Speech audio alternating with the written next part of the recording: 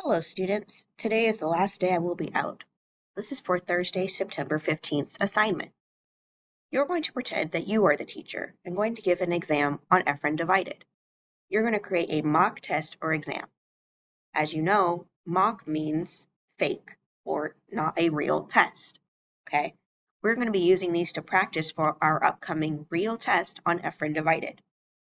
Your mock test or exam must have 10 questions at least. They must be multiple choice questions.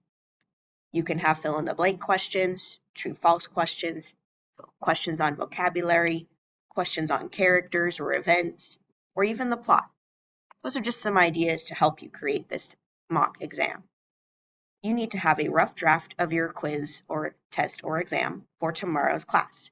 You can write it on paper or you can type it. If it is on paper, please be sure to hand it in to our guest teacher. We will be using these tomorrow. The plan is to, in groups, exchange different mock exams that you have created in order to help us practice for the upcoming real exam.